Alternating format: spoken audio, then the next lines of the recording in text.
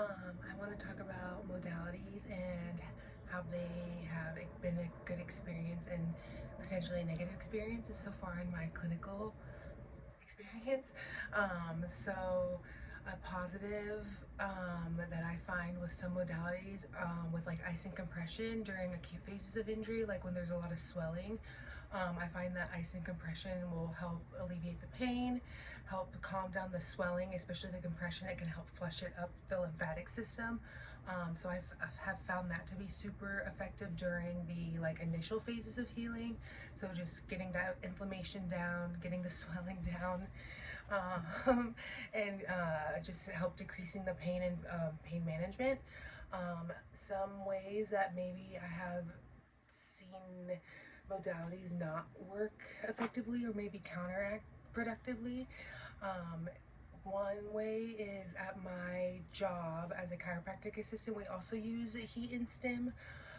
One day I think the stim pad wasn't like fully adhered to the skin well. It might have been like flipped back or wrinkled, or maybe just wasn't sticky enough.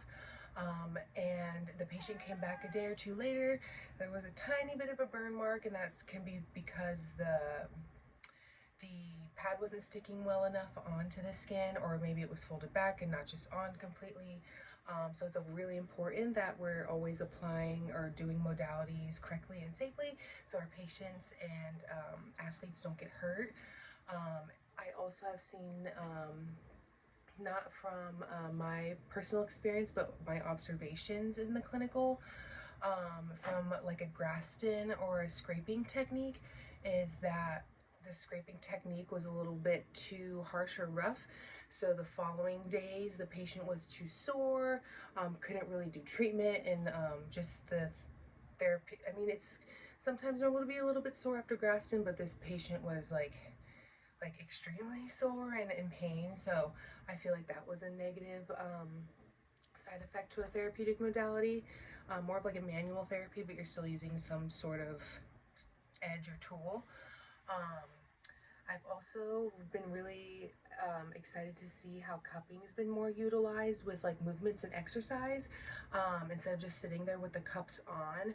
I've been seeing more benefit with like how patients have the little silicone cups on, and then they do therapeutic exercises, and I feel like that has been more of an improvement with like myofascial release and myofascial tension with the exercises and cupping as compared to just cupping in itself.